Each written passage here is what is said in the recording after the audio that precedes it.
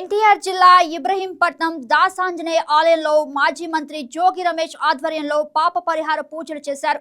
తిరుమల లడ్డు విషయంలో ఫేక్ ప్రచారంతో చేసి చంద్రబాబు నాయుడు బురదగుంటలో కూరుకుపోయారని జోగి రమేష్ అన్నారు. చంద్రబాబు నాయుడు జీవితమే కల్తీ అని, ఆయన రాజకీయ ప్రస్థానమే కల్తీ, చంద్రబాబు పార్టీకి లేదు జెండా లేదు అజెండా లేదు అని జోగి రమేష్ విమర్శించారు.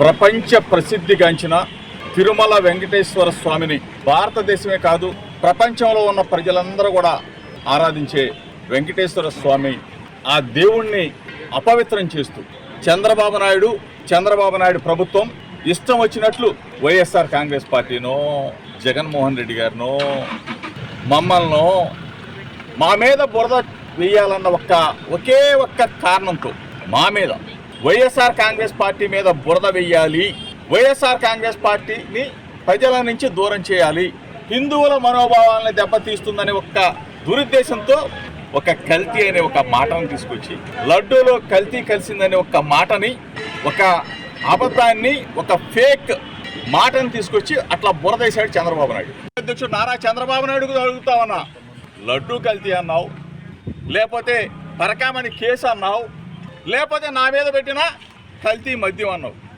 సంవత్సరాల కాలంలోనే మీ మీద ప్రజలకి ఏహి భావం లేదు. మీరంటే అబద్ధాలు, మోసాలు, కల్తీ అని చెప్పేసి తెలిసిపోయింది. ఒకటి కాదు, రెండు కాదు, మీరు చేసే మోసాలు సంవత్సరాల కాలంలో దోచుకోవటం, దాచుకోవటం. ఎన్ని దేశాలు తిరుగుతారు మీరు? దావోసులు, ఆస్ట్రేలియాలు, అమెరికాలు, అంతరిక్షాలు, చంద్రమండలాలు, పెట్టుబడులు అంట, వరద అంట. ఏంది వరద? ఈరోజు చంద్రబాబు నాయుడు కానీ చంద్రబాబు నాయుడు ప్రభుత్వం కానీ బురద గుంటలో కూరుకుపోయింది. దీని మీద సిబిఐ ఎంక్వైరీ చేస్తే సిబిఐ ఎంక్వైరీలో ఏమాత్రం కూడా జంతువుల కొవ్వు అనేది ఎక్కడా కూడా లడ్డూలో కలవలేదని చెప్పేసి క్లీన్ చిట్ ఇచ్చిన పరిస్థితులు మనం.